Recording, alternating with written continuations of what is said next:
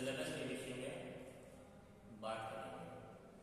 देखिए first book और second book, सबसे पहले हम फर्स्ट बुक की बात करेंगे भौतिक भूगोल या फिजिकल ज्योग्राफी। फिजिकल ज्योग्राफी में जो जियोमॉर्फोलॉजी है उसका पार्ट अधिक है फर्स्ट सेमेस्टर में।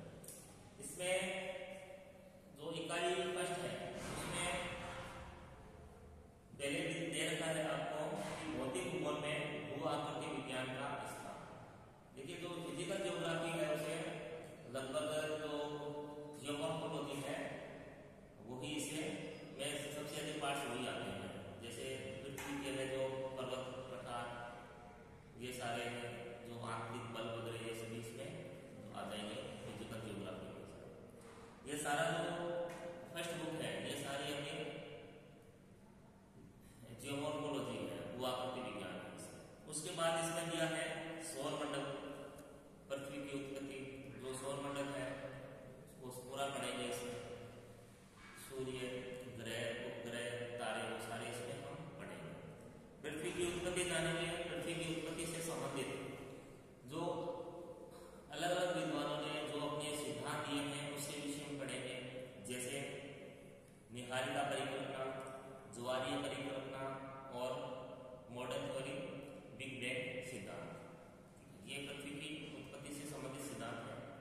उसके बाद पृथ्वी के आंतरिक भाग की भौतिक व रासायनिक संरचना ये हम पढ़ेंगे कि पृथ्वी का जो आंतरिक भाग है वो किससे बना हुआ है, क्या है, कैसा है, इसकी जानकारी लेंगे।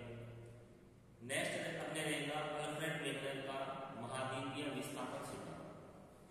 अल्फ्रेड वेगनर का महाद्वीपीय विस्थापन सिद्धांत यह बहुत अधिक महत्वपूर्ण सिद्धांत है।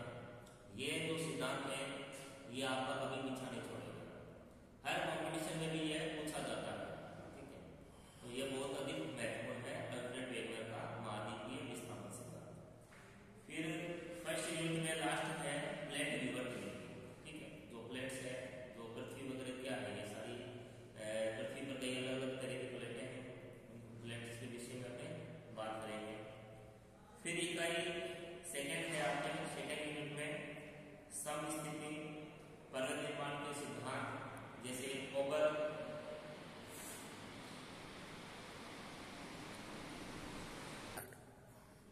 कोबर का सिद्धांत है जैसे पर्वत निर्माण में। कोबर के अलावा इसमें है ये जोली और आर्थर होम्स, इन विद्वानों के पर्वत निर्माण से संबंधित सिद्धांत दिए गए। सेकेंड यूनिट में फिर अंतिम बिंदु रहेगा कि सेल यानी चट्टान, उनके प्रकार और विशेषताएं, ठीक है। तो चट्टानों के विषय में इसमें हम जानकारी प्राप्त करेंगे। तो चट्टानों को पृथ्वी के पृष्ठ कहा गया है, जेम्स हटन ने कहा ऐसा है ना। फिर है थर्ड यूनिट है अपने अक्षय और मृदा निर्माण, ठीक है। नेक्स्ट है भू संचलन, पटल विरूपण, भ्रंश और गलन। यह बहुत अधिक महत्वपूर्ण टॉपिक है। भू संचलन, पटल विरूपण, भ्रंश और गलन, इसको समझना बहुत अधिक जरूरी है। जो फिजिकल ज्योग्राफी है वो पूरे ज्योग्राफी का बेस है। जिसको फिजिकल ज्योग्राफी अच्छे से आती है वो जो ज्योग्राफी है उसी को समझ में आता है।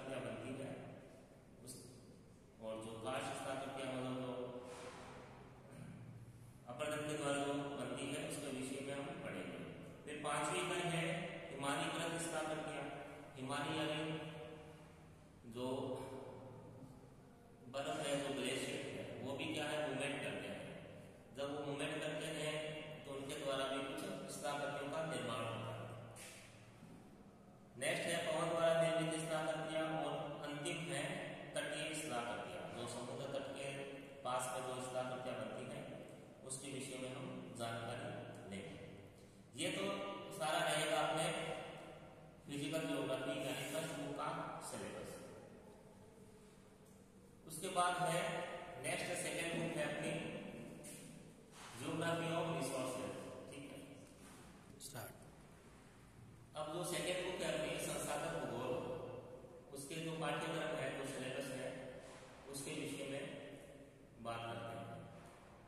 इकाई प्रथम में है संसाधन भूगोल, संसाधन का प्रकृति और घटक, संसाधन और पर्यावरण अंतरावृत्त। इकाई 2 में है संसाधनों का वर्गीकरण, नवीकरणीय संसाधन और अनवीकरणीय संसाधन, यानी कुछ ऐसे संसाधन भी हैं उनका हम नवीनीकरण नहीं कर सकते और कुछ ऐसे संसाधन हैं जिनको हम रिसाइकल करके वापस यूज कर सकते हैं।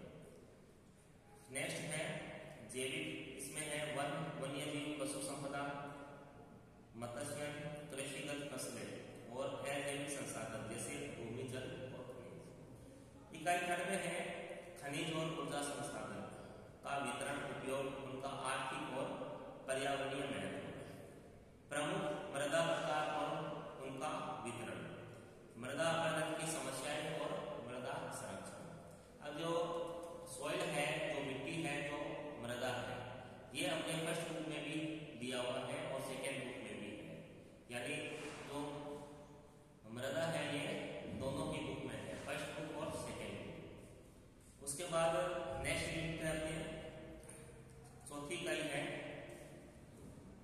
वन, वनस्पति, जंतु और मत्स्य के प्रकार, वितरण, उनका आर्थिक और पर्यावरणीय महत्व, वन संसाधनों का संरक्षण।